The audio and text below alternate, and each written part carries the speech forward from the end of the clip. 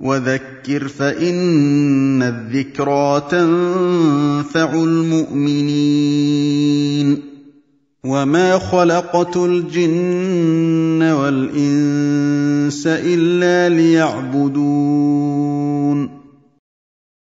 إن الحمد لله نحمده ونستعينه ونستغفره ونعوذ بالله من شرور أنفسنا وسيئات أعمالنا من يهده الله فلا مضل له ومن يضلل فلا هادي له وأشهد أن لا إله إلا الله وحده لا شريك له وأشهد أن محمدا عبده ورسوله يا أيها الذين آمنوا اتقوا الله حق تقاته ولا تموتن إلا وأنتم مسلمون يا أيها الناس اتقوا ربكم الذي خلقكم من نفس واحدة وخلق منها زوجها وبث منهما رجالا كثيرا ونساء واتقوا الله الذي تساءلون به والأرحام إن الله كان عليكم رقيبا يا أيها الذين آمنوا اتقوا الله وقولوا قولا سديدا يصلح لكم أعمالكم ويغفر لكم ذنوبكم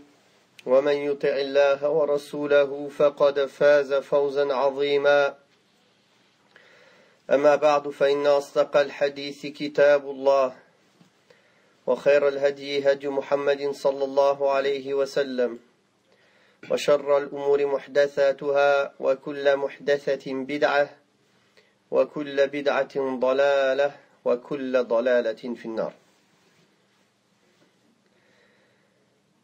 Nous continuons par la grâce d'Allah subhanahu wa ta'ala d'essayer de lire ensemble et d'expliquer ensemble, de s'asseoir dans ces assises où on explique les paroles d'Allah subhanahu wa ta'ala. Nous avons tenté d'expliquer la dernière fois Surat al-Alaq. Aujourd'hui, nous continuons, Inch'Allah, dans l'ordre décroissant. أعوذ من الشيطان الرجيم بسم الله الرحمن الرحيم والتين والزيتون وطور سينين وهذا البلد الأمين لقد خلقنا الإنسان في أحسن تقويم ثم رددناه أسفل سافلين إلا الذين آمنوا وعملوا الصالحات فلهم أجر غير ممنون فما يكذبك بعد بالدين أليس الله بأحكم الحاكمين. سورة التين c'est une sourate makkiya. Allah tabarak wa ta'ala dit والتين والزيتون وطور سينين وهذا البلد الأمين. Waouh, ici le waouh avec lequel Allah ta'ala il commence, c'est waouh al-qasam. C'est-à-dire il jure subhanahu wa ta'ala. Il jure par quatre parmi ses créatures et il n'est permis qu'à Allah tabarak wa ta'ala de jurer par ses créatures.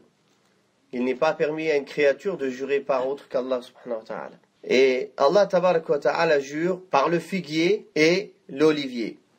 Wa Touri Sinin, c'est le mont Sinaï. Wa hadha al-balad al-amin. Et par cette cité qui est sûre, c'est Mecca. Donc Allah tabarak wa ta'ala, quand il a juré par le figuier, wa tin, wa zaytoun, il y a beaucoup de bienfaits dans ces deux fruits. Car Allah tabarak wa ta'ala, en parlant de l'olivier, il a dit que c'était un arbre béni. Le prophète sallallahu alayhi wa sallam, en parlant de l'huile d'olive, il a dit que c'était une huile bénie. Donc il y a la baraka dedans. En fait, en jurant par ces deux fruits ou par ces deux fruitiers, il veut parler du pays où ces fruits poussent beaucoup, qui est la Palestine. Quand il parle wa Touri Sinin, c'est le mont Sina. Et Hada al-Balad al-Amin, on a dit, cette cité sûre, c'est Mecca. Pourquoi Allah tabarak wa ta'ala a juré ici par ces trois endroits-là? La Palestine, le mont Sinaï et la Mecque. Car c'est trois endroits où il y a eu la prophétie et la révélation qui sont descendus. La Palestine, il y a eu beaucoup de prophètes de Bani Israël, dont le dernier était Isa alayhi salatu wassalam. Touri Sinin, le mont Sinaï, c'est là où la révélation est venue à Moussa alayhi salatu wassalam.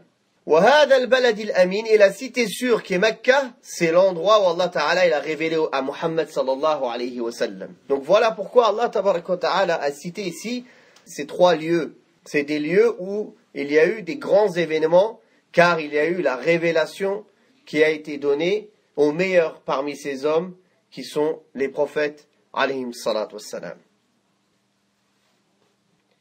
Quand Allah tabaraka wa ta'ala a juré par tout cela, sur quoi il a juré? Donc il dit Wattini wazzaytoun wa turi sinin. Quand par exemple un homme, quelqu'un il jure. Après il jure pas comme ça, il jure pour dire quelque chose.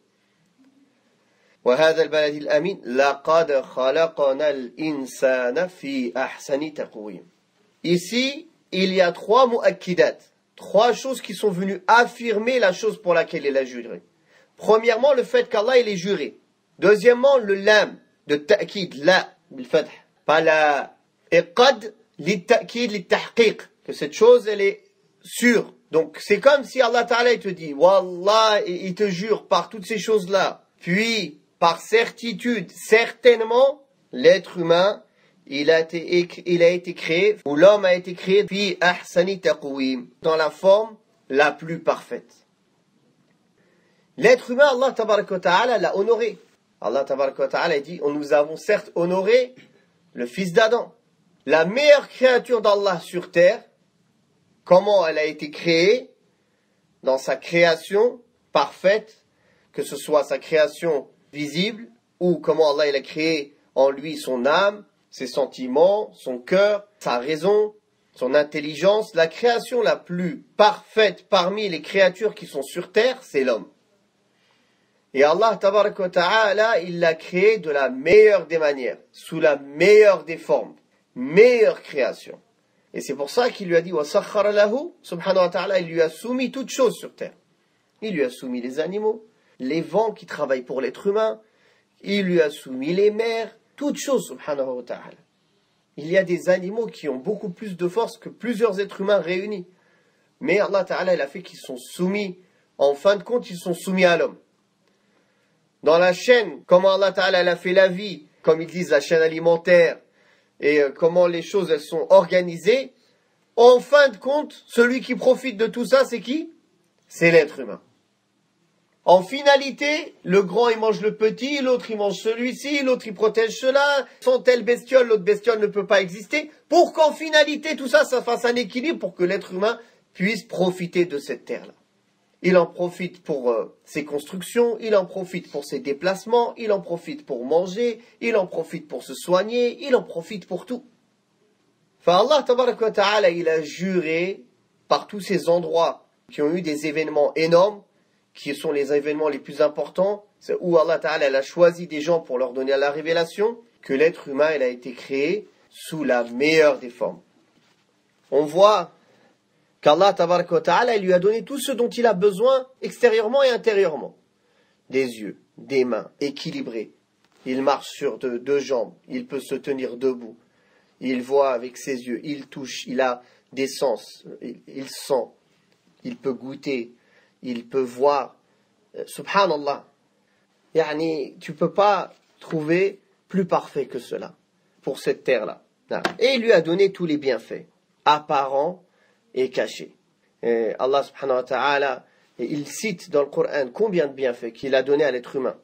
Il lui a soumis les animaux, les vents, les mers, etc. Il lui a même des anges qui sont à son service. Les anges qui sont des êtres qui ne désobéissent jamais à Allah subhanahu wa ta'ala, Allah ta'ala il les a mis certains à notre service. Et avant cela, Allah ta'ala il avait honoré l'être humain en ordonnant aux anges de se prosterner comme signe de salutation, de respect pour Adam alayhi salatu wassalam, notre père. Non. Donc tous ces bienfaits-là, l'être humain, s'il est reconnaissant, s'il les utilise comme il se doit, alors il restera parmi ceux dont Allah tabaraka wa ta'ala dit qu'il les a créés sous la meilleure des formes. Il les a élevés. La manière d'être reconnaissant envers Allah subhanahu wa ta'ala quand il nous donne des bienfaits, c'est qu'il utilise premièrement ces bienfaits-là comme Allah lui a ordonné. Si Allah tabaraka wa ta'ala lui a donné la santé, alors cette santé-là, il l'utilise dans l'obéissance d'Allah. Si Allah subhanahu wa ta'ala lui a donné la force, cette force-là, il ne l'utilise pas pour opprimer les gens, mais il l'utilise pour aider les gens. Si Allah lui a donné de l'argent, cet argent-là, il l'utilise dans l'obéissance d'Allah pour lier les liens de parenté, pour aider les pauvres, pour dépenser dans les voies du bien, etc. Par contre, s'il utilise tout cela dans les mauvais sens et dans le mal, en vérité, il n'aura pas été reconnaissant envers Allah subhanahu wa ta'ala. Pour être reconnaissant envers Allah, la première des choses, c'est reconnaître dans son cœur que ses bienfaits viennent d'Allah seul et de le remercier avec la langue et avec les actes. Subhanahu wa ta'ala. Thumma radadnahu asfala safilin. Ensuite, nous l'avons ramené au niveau le plus bas. Et ça peut être compris de deux sens. Dans le sens, comme Allah tabaraka wa ta'ala dit, quand une personne, elle vieillit, elle prend de l'âge, au début, il grandit, il est en pleine forme, il est à l'apogée de sa forme, à la fleur de l'âge, n'est-ce pas? Puis quand il vieillit, comme Allah tabaraka wa ta'ala dit, puis il retourne à l'état, à l'âge le plus avilissant. C'est-à-dire quand une personne, subhanallah, à bout d'un moment, elle vieillit, elle perd ses forces, elle commence à ne plus être en forme, elle perd sa mémoire. Donc, ça c'est un sens parmi les sens de ce verset. لَقَدْ خَلَقْنَا الْإِنسَانَ فِي أَحْسَنِ تَقْوِيمٍ ثُمَّ رَدَدْنَاهُ أَسْفَلَ سَافِلِينَ. Puis, donc, il est en pleine fleur de l'âge, pleine force, puis il retourne à l'état de faiblesse quand il vieillit. Jusqu'au point où il ne sait plus rien. Il perd la mémoire. Jusqu'au point où il n'a plus de force. Jusqu'au point où il doit être assisté comme un enfant. N'est-ce pas? Ça, c'est un sens. Le deuxième sens, c'est qu'Allah, tabaraka wa ta'ala, quand il dit لَقَدْ خَلَقْنَا الْإِنسَانَ فِي أَحْسَنِ تَقْوِيمٍ, nous l'avons créé sous la meilleure des formes. C'est-à-dire qu'il l'a créé sur la fitra, sur la saine nature, sur le iman. Comme le prophète sallallahu alayhi wa sallam a dit, que tous les fils d'Adam naissent sur la fitra. Mais après, ses parents, ils le rendent juif, ou chrétien, ou zoroastrien, adorateur du feu. Donc quand quelqu'un il reste sur la fitra, il est fi ahsani taqwim. Il est sous sa meilleure des formes. Mais quand il pervertit cette fitra, cette saine nature, par le shirk, par le kufr, par tout cela, alors il suit ses passions, il suit l'égarement, et comme il est venu dans le Coran, que les mécréants et ceux qui n'adorent pas Allah subhanahu wa ta'ala et qui donnent des associés à Allah subhanahu wa ta'ala et qui ne croient pas en l'islam, comme Allah ta'ala dit qu'ils sont comme des animaux, mais ils sont encore plus égarés que des animaux. C'est pour ça qu'Allah ta'ala dit, sauf, il a excepté une partie des êtres humains. Qui sont-ils? Ceux qui ont la foi. C'est-à-dire cette foi, elle est ancrée dans leur cœur, et qu'ils la prononcent avec leur langue, et qu'ils la pratiquent avec leurs membres, et qui font les bonnes actions. Car agir, ça fait partie de la foi. Et plus on fait de bonnes actions, plus la foi elle augmente. Et plus la foi elle est protégée. Alors ils auront une récompense jamais interrompue. Ghayru mamnoun. Mamnoun, on peut le comprendre aussi dans deux sens en arabe. Ghayru mamnoun et ghayr maqtoua, non interrompu. Ou ghayr mamnoun ay la yumannu ala hadha al-fadl alladhi sayu'ta. La namunnuhu alayh. C'est-à-dire, on va pas lui faire des reproches, lui dire, ah, je t'ai donné, ah, je t'ai fait, ah, je t'ai kada. Allah Ta'ala, il te donne, après, il te reproche pas qu'il t'a pas donné, qu'il t'a pas fait. Donc, on peut le comprendre dans un sens, c'est non interrompu, c'est que cette personne-là, alhamdulillah, le croyant, Allah Ta'ala lui interrompt pas sa récompense. Car au paradis, la récompense, elle est éternelle. Elle ne s'interrompt pas. Est-ce que la personne qui entre au paradis, est-ce qu'il en sortira un jour? Non, alhamdulillah. Tous ceux qui entrent au paradis, ils n'en sortiront plus jamais. Donc cette récompense, elle est éternelle. Et aussi, on te fera pas de... Par exemple, une personne, elle t'a donné, elle t'a aidé, à chaque fois qu'il te voit, ah, tu te souviens, je t'ai donné. Hein. Ah, tu te souviens, tu étais en difficulté. Qui t'a aidé quand tu étais en difficulté? C'est moi. Hein. Et Allah Ta'ala dit dans le Coran, oh, vous qui croyez, n'annulez pas vos aumônes par le fait de se vanter et voilà, par le fait de rappeler les bienfaits que vous avez donnés à quelqu'un, wal adha, et la vexation. Ça annule tes dons. Si tu as aidé quelqu'un, tu lui rappelles, ça c'est une manière d'annuler ce que tu as fait. Tu l'as fait pour Allah, pourquoi tu le rappelles? Et nous aussi par les vexations. Tu le vexes, ça c'est encore pire. Enfin, la personne, alhamdulillah, qu'Allah Ta'ala va récompenser, il n'aura pas tout cela. Allah Ta'ala, il va pas lui faire des rappels dans le sens comme si c'était un blâme. C'est-à-dire qu'il se sent gêné, la personne. Vous comprenez? Falahum ajrun ghayru mamnoun. Donc, alors ils auront une récompense non interrompue. Et les récompenses du paradis, elles sont nombreuses et ce sont des récompenses éternelles. Qu'Allah nous fasse parmi les habitants du Firdaus al-A'la. Comme le prophète sallallahu alayhi wa sallam a dit, les personnes quand ils entreront au paradis, une personne appellera qui dira « Il vous appartient désormais de vivre et de ne plus jamais mourir. Il vous appartient désormais d'être jeune et de ne plus jamais vieillir. Il vous appartient désormais d'être en bonne santé et de ne plus jamais tomber malade. Il vous appartient désormais d'être heureux et de ne plus jamais être misérable. » Ya ikhwan, juste pour ces 4 choses-là, sans compter les bienfaits du paradis qui sont indescriptibles et inimaginables. Ce que nul œil n'a jamais vu, nulle oreille n'a jamais entendu, nul cœur humain n'a jamais imaginé. Tes plus belles imaginations, wallahi, tu ne peux pas imaginer le paradis. Les fleuves, les bienfaits, les palais, les servants. Allahu Akbar. Qu'est-ce que c'est que ce bas monde qui n'a pas la valeur d'une aile de moustique? Si elle avait la valeur d'une aile de moustique, Allah tabaraka wa ta'ala, il n'aurait pas donné à boire à un kafir. Ces 4 choses seulement que toute personne au paradis va entendre. Il vous appartient désormais de vivre, de ne plus jamais mourir. Quelqu'un n'a plus peur de mourir. Il n'a plus peur de tomber malade. Il n'a plus peur de vieillir.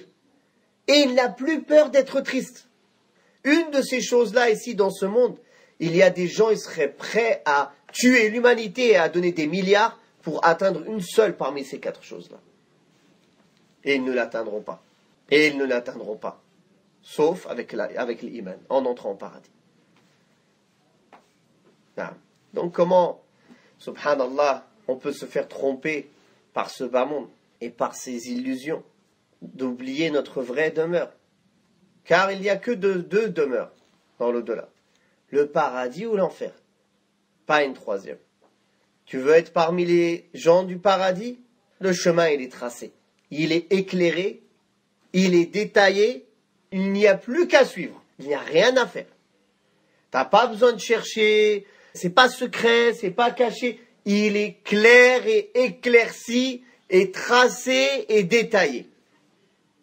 Il faut juste se mettre dedans. Tu veux pas? C'est une autre histoire. فَمَا يُكَذِّبُكَ بَعْدُ بِالدِّينِ. Allah Ta'ala, il dit donc, après cela, après tous ces bienfaits qu'on a donnés à l'être humain, qu'on l'a créé de la meilleure des formes, qu'on lui a préparé une récompense non interrompue, un paradis éternel. Après cela, qu'est-ce qui te fait traiter de mensonge ad-din? Ad-din, les ulama aussi, ils ont dit, ça peut être din et yom ad-din, le jour de la résurrection, ou bien ad-din, la religion, en général. C'est-à-dire, qu'est-ce qui t'empêche maintenant de mettre en pratique cette religion et de mettre en pratique ses ordres et ses lois et de suivre sa voie après qu'Allah t'ait donné tous les bienfaits, qu'il t'a créé sous la meilleure des formes, qu'il t'ait soumis toutes ces créatures, qu'il t'ait donné l'intelligence, qu'il t'ait permis d'avoir l'iman. Qu'est-ce que tu veux de plus? Qu'il t'a préparé une récompense non interrompue éternelle. Qu'est-ce qui t'empêche maintenant après tout cela? فَمَا يُكَذِّبُكَ بَعْدُ بِالدِّينِ أَلَيْسَ اللَّهُ بِأَحْكَمِ الْحَاكِمِينَ. Allah n'est-il pas le plus sage des juges? En arabe, dans la langue arabe, Allah Ta'ala, quand il pose une question, c'est pour dire que oui, effectivement. Et ça existe dans la langue arabe. C'est encore plus profond et plus affirmatif pour affirmer une chose, de le faire sous forme de question plutôt que dire ça va être comme ça. Si tu dis n'est-ce pas que c'est comme ça, c'est encore pire que si tu avais dit ce sera comme ça. C'est pour appuyer encore plus dans la langue arabe. Wadih. Ahkam, Allah Ta'ala, c'est lui le plus grand des juges. C'est sa loi qui est sur la loi, qui prévaut sur la voie de tout le monde. Wal ahkam, subhanahu wa ta'ala. C'est lui qui a le plus de sagesse. Et c'est dans ses lois et dans ses prescriptions qui sont empreintes et qui ont le plus de sagesse, subhanahu wa ta'ala. Donc ahkam, c'est dans le même sens, dans les 2 sens. Et subhanallah, regardez en arabe, ça a la même racine. Le hukm ou le hikmah. En arabe, le hukm, ça veut dire la loi, la règle. Et le hikmah, c'est la sagesse. Et regardez, ils ont la même racine. Pourquoi? Parce que toutes les lois d'Allah, elles sont empreintes de sagesse. Il n'y a pas une loi qui n'est pas sage. toute loi d'Allah qui vient de Ahkam al-Hakimin, du plus sage des juges et des sages, subhanahu wa ta'ala. Le plus connaisseur et le plus meilleur juge, subhanahu wa ta'ala. Ces lois sont les lois de justice et les lois les plus sages. Non. Voilà ce qu'on peut dire en résumé sur cette sourate. Est-ce que le fait de dire bala à la fin de cette sourate, non, ça n'a aucun fondement dans la charia. Il n'y a rien dans la sunna qui dit qu'après avoir dit cette sourate, on dit bala, on ne dit rien, on n'a rien à dire après cette sourate. Bala, c'est-à-dire certes oui.